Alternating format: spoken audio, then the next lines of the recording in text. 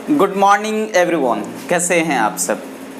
आइए, इससे पहले वाले लेक्चर में हम लोगों ने मेल रिप्रोडक्टिव स्ट्रक्चर एंथर को काफ़ी अच्छे तरीके से डिटेल में इसको डायग्रामेटिकली रिप्रेजेंट कर लिया था।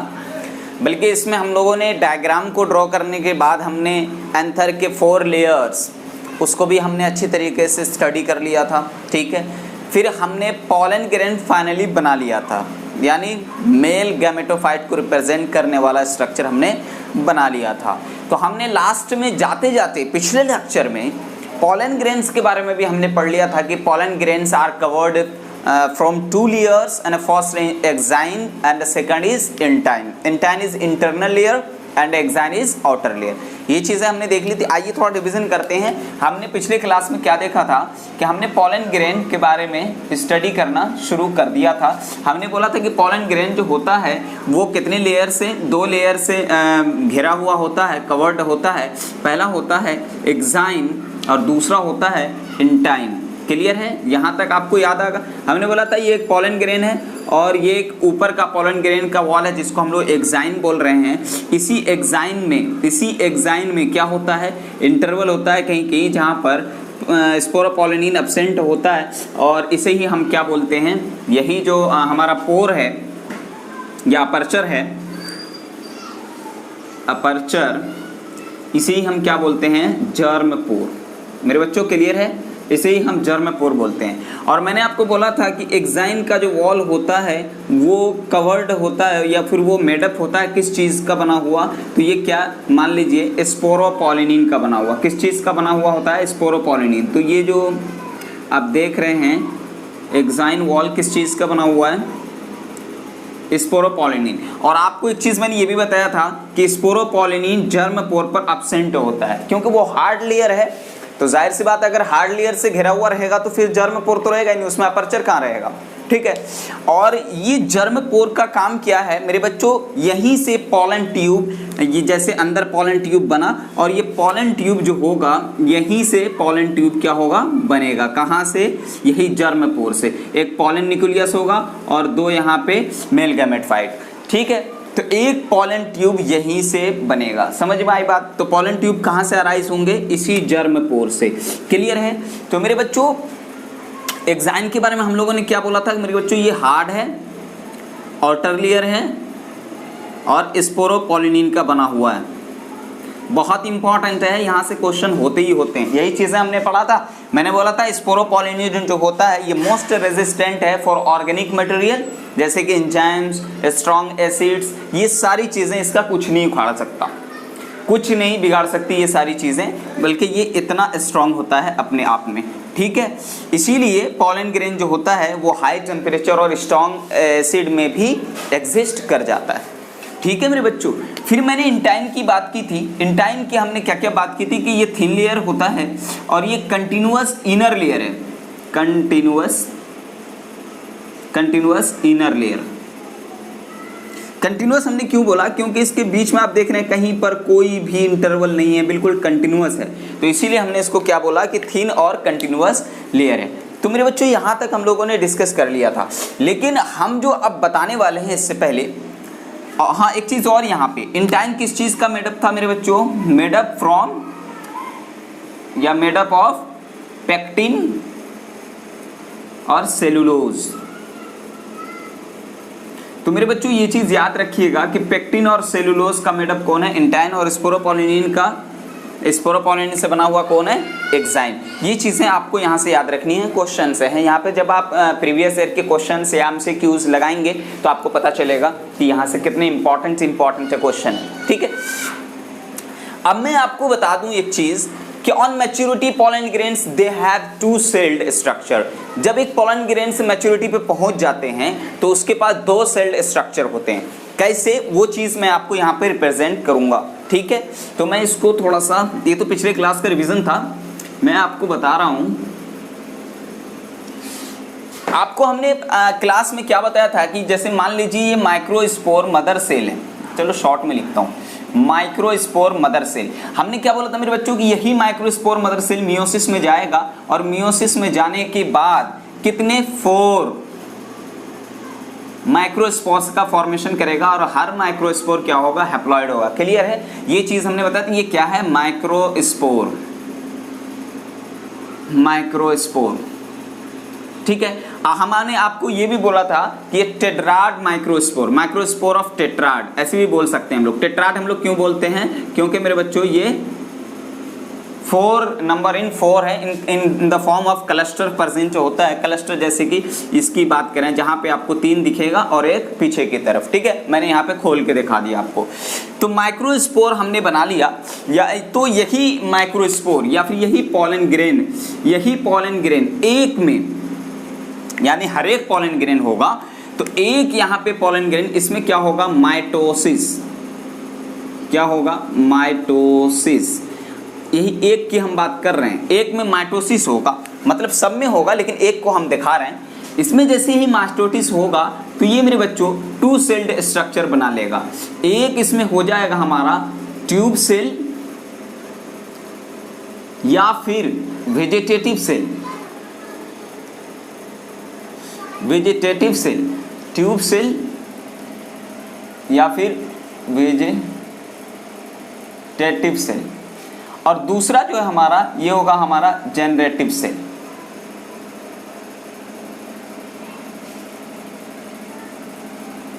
अब मेरे बच्चों ये चीज आपको थोड़ा सा डिफरेंस से पता करनी है, वो चीज कि एक पॉलन ग्रेन जो है उसमें माइटोसिस हुआ, यानी एक माइक्रोस्पोर में माइटोसिस होने के बाद ये 2 सेल्ड स्ट्रक्चर में आ गया।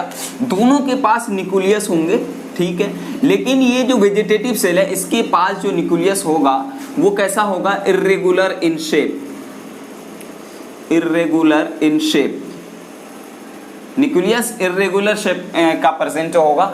और इसका जो साइज होगा वेजिटेटिव सेल का साइज बिगर, मैं यहाँ पे लिख दूं बिगर इन साइज, ठीक है। और इसका साइज बड़ा है इसी वजह से एज कंपेयर जनरेटिव सेल, इसमें अबंडेंट रिजर्व फूड होगा। तो मैं यहाँ पे एक चीज और लिख दूं कि अबंडेंट फूड रिजर्व, ठीक है। तो मैंने आपको कितनी चीज बोल दी जनरेटिव सेल के बारे में, कि जनरेटिव सेल जो होता है वेजिटेटिव सेल के बारे में, कि वेजिटेटिव सेल जो होता है ये वेजिटेटिव सेल साइज में बड़ा होता है एज कंपेयर जनरेटिव सेल, और इसका जो न्यूक्लियस होगा वो बड़ा और इर्रेगुलर शेप का होगा और इसके पास अबंडेंट फूड रिजर्व होगा। क्लियर है।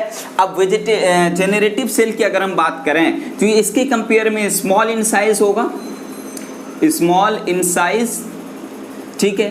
अब इसके पास भी क्या न्यूक्लियस प्रेजेंट होगा, लेकिन एज कंपेयर उसके इसमें न्यूक्लियस थोड़ा छोटा होगा, ठीक है। ये चीजें हमको इसके बारे में देखने हैं। तो मेरे दोस्त आपने क्या देखा कि एक माइक्रोस्पोर जब उसमें माइटोसिस हुआ तो वो 2 सेल्ड स्टेज में चला गया। क्या है ये, 2 celled stage of pollen grain. Clear है। अब मेरे बच्चों एक चीज मैं आपको बता दूं कि ये 2 सेल्ड स्ट्रक्चर है। अब फर्दर जनरेटिव सेल में माइटोसिस होगा, जनरेटिव सेल में माइटोसिस होगा और ये जनरेटिव सेल माइटोटिकली डिवाइड हो जाएगा इन 2 मेल गैमेट्स। तो वही चीज फर्दर जनरेटिव सेल में माइटोसिस होगा और ये डिवाइड हो जाएगा किसमें,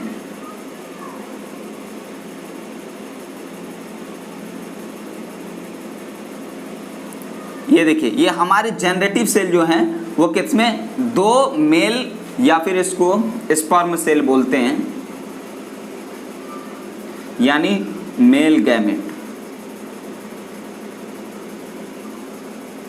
तो 2 मेल गैमेट में आप देख रहे हैं डिवाइड हो गया कौन, जनरेटिव सेल। तो एक सेल तो हमारा ये है वेजिटेटिव और 2 सेल क्या हो गया, मेल गैमेट यानी स्पर्म सेल। तो क्या हम इसे बोल सकते हैं कि 3 सेल्ड स्ट्रक्चर। तो अब ये क्या हो गया कि 3 celled stage of pollen grain. मेरे बच्चों एक चीज ये ध्यान में रखनी है, मैंने आपको क्या बोला, इतनी चीज तो हम लोग पहले से जानते हैं कि माइक्रोस्पोर मदर सेल में मियोसिस होता है और वो टेट्राड ऑफ माइक्रोस्पोर्स का फॉर्मेशन कर देता है। क्लियर है? 4 माइक्रोस्पोर का फॉर्मेशन करेगा। एक माइक्रोस्पोर उसमें से माइटोटिकली डिवाइड होगा और वो 2 सेल्ड स्ट्रक्चर में चला जाएगा, जो कि एक मैच्योर पोलन ग्रेन की बात हम कर रहे हैं। ये एक मैच्योर पोलन ग्रेन है। यहाँ पे जब 2 सेल बन गया है इसमें, तो हम इसे बोलते हैं कि 2 celled stage of pollen grain. Clear है? फिर हमने क्या बोला कि जनरेटिव सेल में फिर माइटोटिकली डिवीजन होगा और फिर जनरेटिव सेल 2 मेल गैमेट यानी 2 स्पर्म सेल में डिवाइड हो जाएगा। तो हमने क्या बोला, एक वेजिटेटिव सेल और 2 स्पर्म सेल यानी मेल गैमेट, तो कितने सेल हो गए? 3। तो हम इसको क्या बोले, 3 sailed structure of pollen grain. तो मेरे दोस्तों अब आपको मैंने बताना है कि कौन से स्टेज में कितने प्लांट्स होंगे। आपको जो ये 2 celled stage of pollen grains दिख रहा है, तो मैं आपको बता दूं कि यहाँ 2 सेल्ड स्टेज में जैसे ही माइक्रोस्पोर आता है तो 60% of angiosperm are shed at 2 celled stage of pollen grain. 60% जब से यहाँ पर आता है, तो मैं यहाँ पे आपको बता दूं कि 60% ऑफ एंजियोस्पर्म प्लांट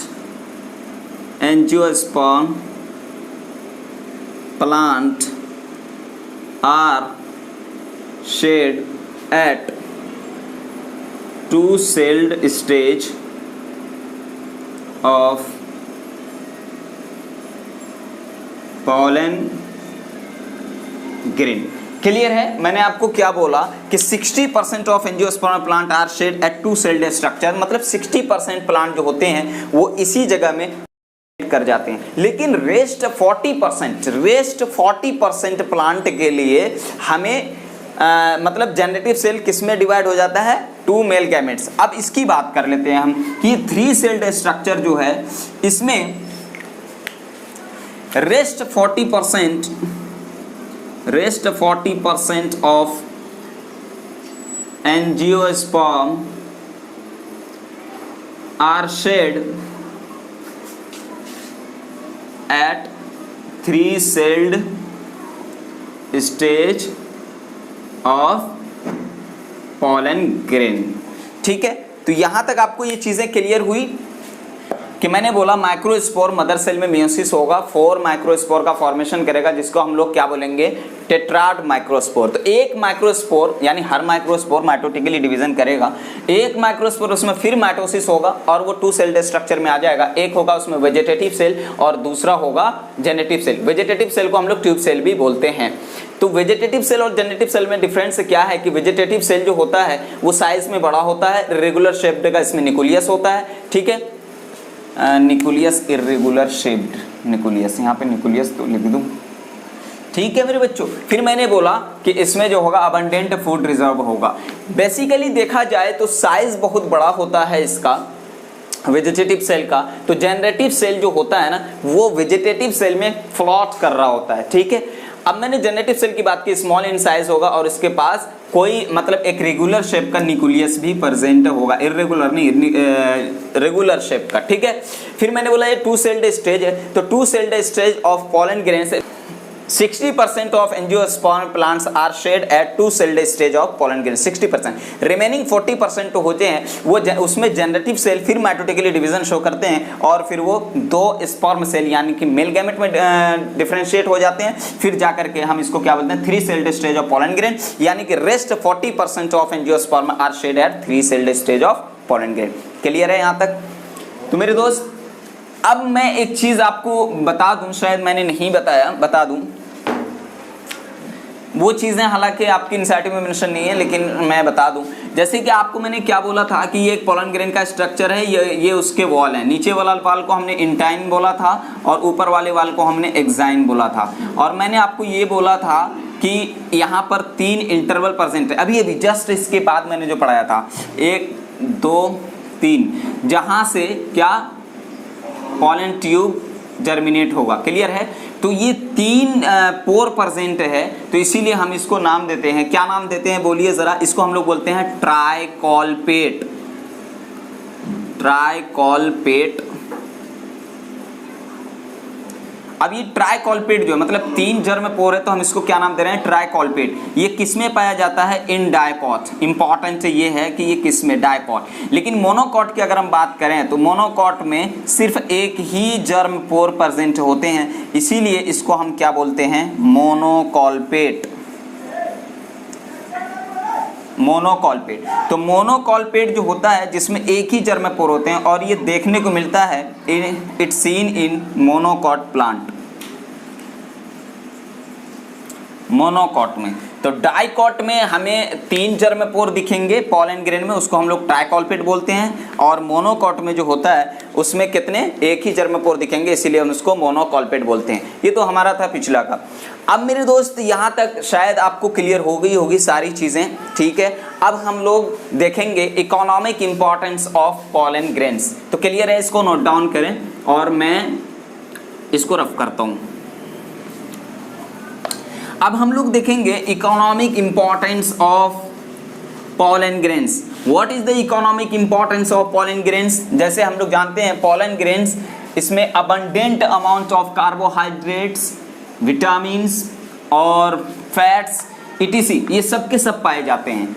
तो इसको जब इतनी चीज़ें इसमें पाई जाती हैं तो ऑब्वियसली ये यूटिलाइज हो सकता है ह्यूमन वेलफेयर के लिए। हाँ, इसको यूटिलाइज किया जाता है in the form of tablet and syrups, ठीक। ये टैबलेट और सिरप्स बेसिकली एथलीट्स और रेस हॉर्सेस, जब हॉर्सेस की राइडिंग होती है तो उस वक्त उसके परफॉर्मेंस को इंक्रीज करने के लिए दिए जाते हैं, ठीक है। तो वो सारी चीज़ें हम लोग यहाँ पे अभी मेंशन करेंगे। और एक चीज़ और मैं बता दूँ कि पॉलन ग्रेन्स जो होता है वो बहुत सारी डिजीज़ भी उसकी वजह से होती हैं, बहुत सारी डिजीज़। जैसे पॉलन एलर्जीज़ की बात करें हम, रिस्पायरेटरी डिसऑर्डर की बात करें हम, ठीक है, क्रॉनिक रिस्पायरेटरी डिसऑर्डर की, तो ये सारी डिजीज़ हमें अक्सर उसमें देखने को मिलते हैं। अब वायबिलिटी की बात करेंगे हम, पॉलन ग्रेन्स की वायबिलिटी। वायबिलिटी किसे बोलते हैं कि वायबिलिटी से हम ये देखते हैं कि लॉस ऑफ कैपेबिलिटी, कैपेसिटी, मतलब कि जर्मिनेट होने की कैपेसिटी, ठीक है। तो जर्मिनेट होने की कैपेसिटी को हम लोग क्या बोलेंगे, वायबिलिटी। इसी में हम ड्यूरेशन भी पढ़ेंगे कि जैसे कौन से प्लांट में कितनी उसकी ड्यूरेशन है, कितनी देर तक वो कैपेबल होता है जर्मिनेट होने के लिए, ठीक है। तो जर्मिनेट होने के लिए कितने प्लांट में कितने देर तक वो कैपेबल है, ये सारी चीज़ें हम लोग देखेंगे। और पॉलन ग्रेन्स को मेरे बच्चों स्टोर भी किया जाता है 4 years, सालों साल के लिए स्टोर किया जाता है in liquid nitrogen -196 degree Celsius. ये आपको बहुत इंपॉर्टेंट है, इस यहाँ से क्वेश्चन होते हैं, आ भी चुके हैं इस चीज़ पर, ठीक है। तो चलिए अब हम लोग हेडिंग डालते हैं economic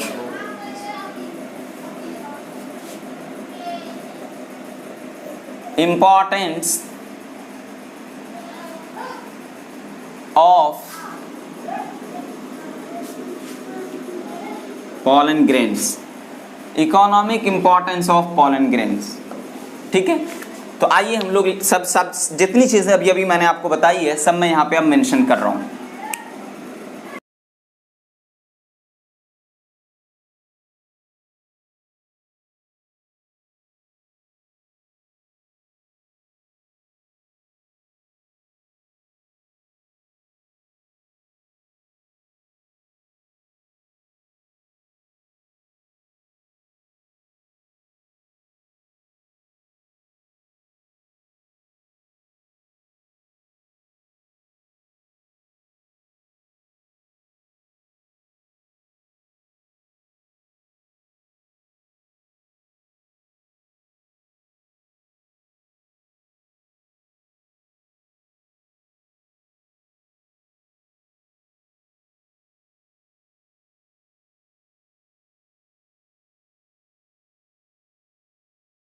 nitrogen in -196 degree Celsius.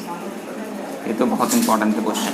चलिए हमने क्या बोला, economic importance of pollen grains. Economic importance of pollen grains में हम लोग आते हैं। Pollen grains are the rich in nutrients. अभी अभी मैंने बोला कि ये न्यूट्रिएंट्स में बहुत अबंडेंट अमाउंट में कार्बोहाइड्रेट्स, विटामिन्स और फैट्स पाए जाते हैं। तो ये यूज़ भी हो सकते हैं ह्यूमन वेलफेयर के लिए in the form of tablets and syrup. Syrup और टैबलेट के फॉर्म में इसे ह्यूमन वेलफेयर के लिए यूज़ किया जाता है, किसे, पॉलन ग्रेन को, ठीक है। अब पॉलन ग्रेन की बात करें हम तो वो किस काम में आता है। हालांकि उसके डिमेरिट्स भी हैं, मेरिट्स भी हैं। तो उसकी जो बुरी बात है वो ये है कि वो कुछ डिजीज कॉज करते हैं, लेकिन उसकी अच्छी बात ये है कि परफॉर्मेंस को इंक्रीज कर देता है। पोलन ग्रेन्स का जो बना हुआ सिरप, और इंग्लैंड की एक फार्मेसी कंपनी है वो बनाती है। तो जैसे एथलीट्स और रेस हॉर्सेस की बात करें, जो घोड़े की राइडिंग होती है, उसके परफॉर्मेंस को इंक्रीज करने के लिए ये टैबलेट्स और सिरप्स पोलन ग्रेन्स के बने हुए दिए जाते हैं। तो बी पोलन एक टैबलेट है, बी पोलन यहाँ पे लिख दूं,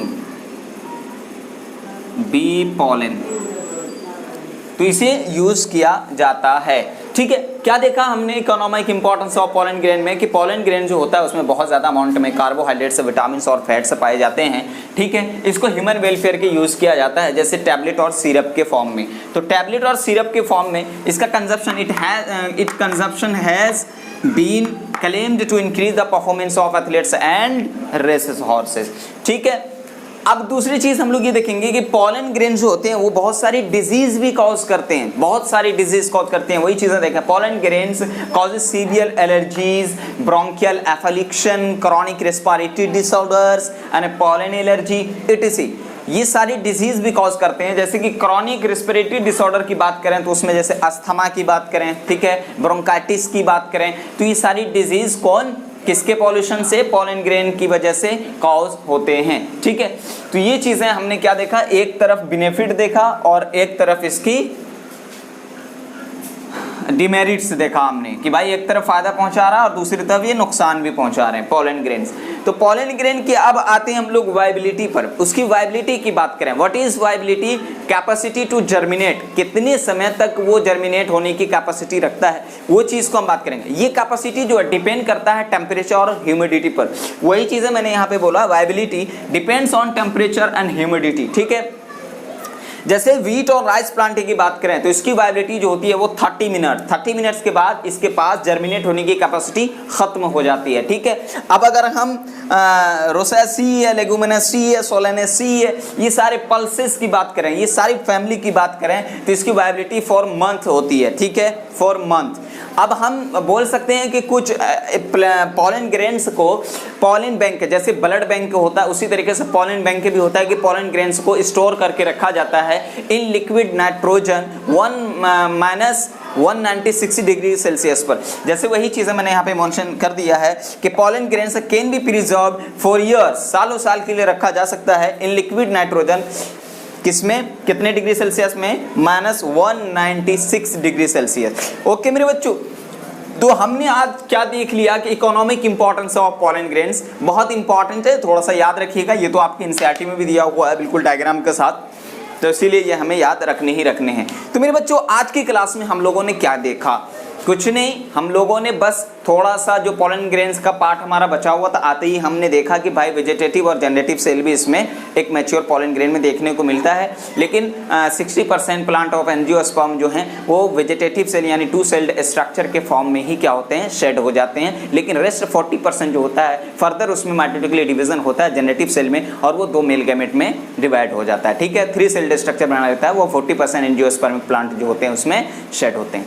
ये चीज़ें हमने देख ली। फिर मैंने मोनोकॉल्पेट और ट्राइकॉल्पेट बता दिया कि पोलन ग्रेन का जो आउटर लेयर है एक्साइन, उसमें 3 जर्मपोर अगर है तो उसको ट्राइकॉल्पेट बोलेंगे, अगर 1 जर्मपोर है तो उसको मोनोकॉल्पेट बोलेंगे। क्लियर है, ट्राइकॉल्पेट यानी एक पोर से ज्यादा, एक जर्मपोर से ज्यादा है तो वो डाइकॉट में देखने को मिलेगा और एक है तो वो किसमें, मोनोकॉट में देखने को मिलेगा। ठीक है, इतना सा हमने डिस्कस किया था। फिर उसके बाद हमने इकोनॉमिक इंपॉर्टेंस पर ये सारी चीज़ें हम लोगों ने देखी। ठीक है, तो इसको थोड़ा सा ध्यान में रखिएगा। हम लोग फिर मिलते हैं नेक्स्ट लेक्चर में। ओके, जब तक के लिए आप खुश रहिए, पढ़ाई कीजिए। ठीक है, तो मिलते हैं हम लोग फिर नेक्स्ट क्लास में। ओके बच्चों, बाय।